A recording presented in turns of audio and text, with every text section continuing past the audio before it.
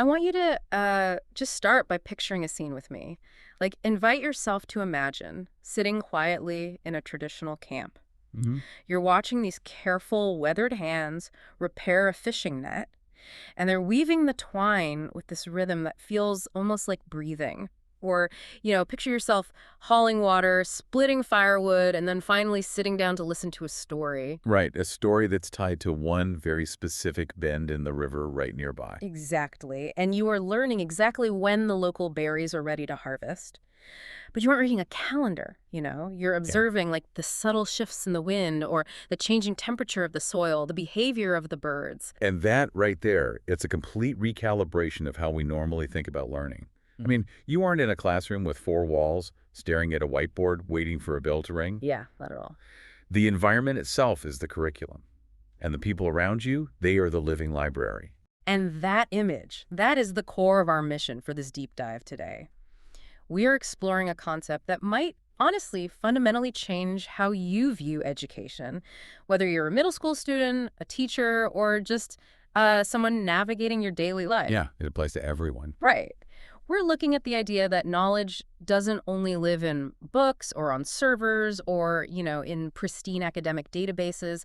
Knowledge actually lives in people. It lives in relationships. Yes, relationships, languages, histories, places, skills, and really our responsibilities to all of those things. So to give this concept a proper framework, we're going to look closely at something called Alaska Cultural Standard D. Okay. And I want to be clear, this isn't some supplementary educational add-on or like a diversity box you just check off. Right, it's much deeper. It is a foundational, systemic shift in how we understand learning itself. The focus is specifically on learning through elders, community knowledge, and internal reflection. Okay, let's unpack this because I think a lot of people listening, especially if they grew up in a standard Western educational system, Standard model. right, they might hear learning from community and picture, I don't know, a nice breezy field trip, like a day away from the real math and science. Oh, yeah, that's a common misconception. But Standard D is actually incredibly rigorous. So what does this relational approach to knowledge actually look like in practice? Where the rigor really comes from how holistic it is. Standard D maps out a journey for a culturally knowledgeable learner, and it's completely intertwined with relationship building. Okay. It starts with acquiring in-depth cultural knowledge, Yeah. but not by reading a textbook about elders. It's through meaningful face-to-face interaction with them. So you actually have to be there. You have to be there. And then it moves into physical participation. You have to make constructive contributions in a traditional or land-based learning setting, like a camp environment, for example. Oh, wow. Okay, so it's highly active. You're out on the land, you're engaging with people, doing the work. Very active. And you have to treat those elders and knowledge bearers with deep love, care, and respect, recognizing them as the esteemed educators they actually are. It's not just showing up and taking notes. Not at all. It also involves gathering and interpreting oral and written histories from the community, and you have to do that responsibly. Plus, you're expected to find appropriate cultural knowledge to solve everyday real-world problems. That's a lot of responsibility on the learner. It is. And perhaps the most demanding part of this entire journey is the final step, which is engaging in a realistic, honest self-assessment. Wait, like assessing yourself. Yeah, identifying your own personal strengths, your needs, and your next steps for growth. I noticed when reading through the sources that mastering these concepts requires what researchers call cultural frame switching. Yes, that's a fascinating psychological mechanism. Yeah, tell me more about that. Well, cultural frame switching allows learners to develop true bicultural competence. So epistemology is just a fancy word for how we know what we know. Right. This framework teaches you to navigate different epistemologies seamlessly. You learn to read the situational and environmental cues around you, and you shift your perspective accordingly. So if I'm visualizing this correctly, and tell me if I'm off base here, this isn't like a standard Western apprenticeship. How do you mean? Well, you don't just like clock in, learn how to weld from a boss, and clock out. It's more like being adopted into a web of responsibilities. I love that phrasing, yeah. Like, you aren't just learning what a river is or what a salmon is. You're learning how to be in a relationship with them. Exactly. I mean, in Western science, we have this habit of breaking systems down into isolated parts to study them. Oh, totally. Put the specimen in a petri dish. Right, we separate the observer from the observed. But in this relational framework, you are not a separate objective observer looking through a glass. You are an active, reciprocal partner within the ecosystem. The learning relies entirely on your connection to the space. Hearing about this level of immersion, it just makes me wonder how this actually plays out mechanically. Because, understanding the theory is one thing, but how does this traditional learning happen out in the wild? It's a very different process. Yeah, because I always assumed traditional learning involved an elder just narrating instructions while a student practiced. But the pedagogy of observation described in our sources, it's entirely different. It is a literal masterclass in patience and empirical observation. Yeah. Traditional learning heavily prioritizes quiet observation, listening, and practice long before active participation or asking questions is expected. Long before. Oh, yeah. In Inupiat and Yupik traditions, for example, a young learner might watch an expert hunter for years. Years. Literally years. They watch how to navigate sea ice. They observe how the subtle distribution of weight affects a hunting boat's balance in rough water. So they're just absorbing. Just absorbing. They take in all of this data for a very long time before they're ever asked to tie a knot or take the oars. I mean, in a world where we lose our minds if a YouTube tutorial has a 15-second unskippable ad, Right. the idea of watching someone for years before trying it yourself is just wild. But it makes sense. It shifts the learning from just memorizing a task to intuitively extracting really complex physical principles over time. And those physical principles are highly advanced. Yeah. I mean, look at traditional navigation among the Kuskokwim River Yupik hunters. Okay. During long, dark winter nights, they navigate across the seemingly featureless frozen tundra using stars, frozen grass, and snow waves. Wait, I always thought traditional star navigation was just locating the North Star and walking towards it. Not even close. It's a rigorous system of spatial geometry. Right. Yeah, they use a highly specific sequence of hand spans and 3 to 4 finger rotations to measure the height of the Gamma star and the Tuntari constellation above the horizon. That is incredible. Essentially, they're using their own bodies as precise mathematical instruments, kind of like a protractor, to calculate wayfinding data built on generations of observation. And it's not just historical, right? Because this is happening right now with modern community stewardship. I was reading about the Sitka tribe of Alaska's herring camp. Ah, yes. Ya Kuzge Yawugu. Yes, that one. You have high school students out there working with elders and marine biologists simultaneously, Side by side. side by side. They are doing anatomical dissections of Pacific herring using microscopes to identify phytoplankton, and at the very same time, they are documenting traditional ecological knowledge about the local watershed. That camp is a perfect illustration of a vital concept developed by Mi'kmaq elders Albert and Merdina Marshall. They call it two-eyed seeing, or Etuat Monk. Two-eyed seeing. Right. It is the practice of using the strengths of indigenous knowledge with one eye and the strengths of Western science with the other. Okay, so you don't blend them into a soup. Exactly. You use both eyes together for a holistic 3D understanding of the world without ever collapsing them into a single system. You know, the Fresh Eyes on Ice initiative really brought that two-eyed seeing concept home for me, because before students ever touch Western scientific instruments to measure the thickness of river ice, they learn traditional methods from local elders. Right. The tonal pitch method. Yes, they learn how to test river ice safety by pounding it with wood and listening to the sound it makes. And the physics behind that are just fascinating. They are literally learning to measure crack propagation, which is how a single stress fracture travels through a sheet of ice, and they're interpreting thermodynamics through sound. That is so cool. A high, sharp pitch indicates solid, thick ice, while a lower, hollow resonance warns of thin or rotting ice beneath the surface.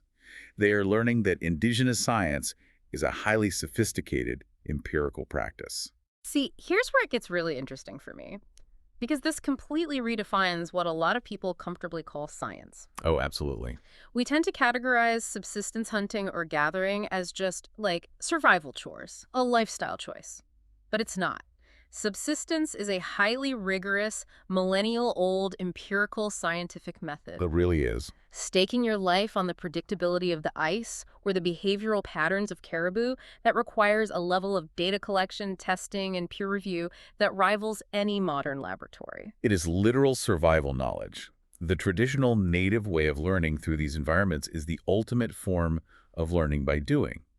The environment provides immediate, undeniable feedback on your hypotheses. Hearing about this level of scientific rigor, it just makes me wonder about the actual process of gathering this knowledge as an outsider or, even as a younger community A member. cell kit. Right, because you can't just walk up to an elder in a village with a clipboard, hand them a survey, and say, hey, give me your data on ice resonance. Oh, no.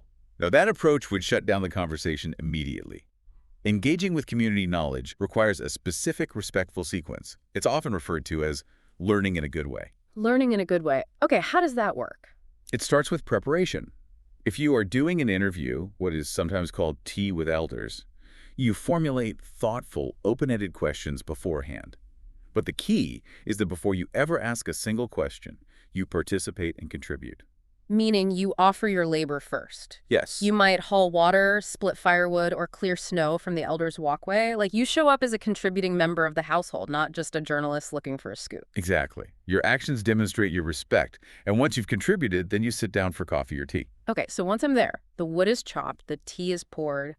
How am I actually capturing this? Am I furiously scribbling down notes on a pad or pulling out my phone to record the conversation? You must secure clear, transparent permission before recording anything. You explain the exact purpose of the project. And if they prefer not to be recorded, you respect that boundary without pushing back. No exceptions. None. Often, taking selective notes is much better than trying to transcribe every single word anyway, because writing furiously breaks eye contact and destroys the relational connection. And during the conversation, pacing is everything. Yeah, pacing is tough. Modern conversations feel like ping pong matches. We're so used to jumping in the second someone pauses. Right, but traditional storytelling uses silence to structure thoughts. Allowing for long, quiet pauses is a sign of active listening. And another major misstep is interrupting with your own personal stories. Oh, like trying to relate? Exactly. Yeah. A learner might think they are building rapport by saying, "Oh, that reminds me of a time I went fishing." But in this context, hijacking the narrative is highly disrespectful. Your job is to listen. And the responsibility doesn't end when you leave the house. Not at all. You have to verify your understanding. You share the final transcript or summary back with the speaker to ensure you didn't take their words out of context. You express gratitude, maybe with physical gift, traditional foods, or a professional honorarium. And then, only with permission, you return the finished work to the community library or tribal archive. Because you are a steward of that interaction. Indigenous knowledge is sovereign intellectual property. It belongs to the specific families, clans, and communities it comes from. Elders are esteemed academic experts, and they need to be treated with that exact level of professional deference. It's like the difference between downloading a public PDF off the internet and a close friend entrusting you with a rare, fragile family diary. That is a perfect analogy. With the PDF, you can do whatever you want. With the diary, you have a profound ethical responsibility to protect information that isn't yours to share. That distinction is vital. Permission to hear something is not automatically permission to publish it. Wait, really? Oh, definitely.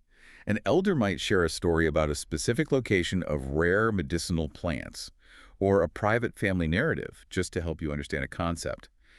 That does not mean you have the right to put it in a textbook or post it online. Sacred practices and restricted knowledge must be fiercely protected. Which naturally makes me think about the stakes here. I mean, this knowledge is so deeply tied to identity and survival, and the protocols are so strict. There must be a history of people getting this catastrophically wrong. Unfortunately, yes. What are the common pitfalls when well-meaning people try to engage with this knowledge? Well, one of the most frequent pedagogical errors is pan-indigenization. This is the mistake of treating all Alaska Native cultures or indigenous cultures globally as just interchangeable. Oh, wow. So it would be like assuming what works in one village works everywhere else? Like Yeah. using a map of the London Underground to navigate the New York subway? That's a great way to put it. A curriculum or a story developed for the southeast coastal environment of the Tlingit or Haida peoples cannot simply be copy-pasted into the interior Athabascan region or a southwest Yupik community. Because the contexts are totally different. Exactly. The languages, the geographic references, the seasonal indicators, they are entirely different. Trying to use a coastal whaling tradition to teach river ecology in an inland community confuses distinct heritages, and completely misrepresents place-based knowledge. The sources also flagged extractive research as a massive historical pitfall, like treating community visits as just a quirky hook to get students interested in Western science, or expecting unpaid labor from elders who are sharing a lifetime of specialized data. Right.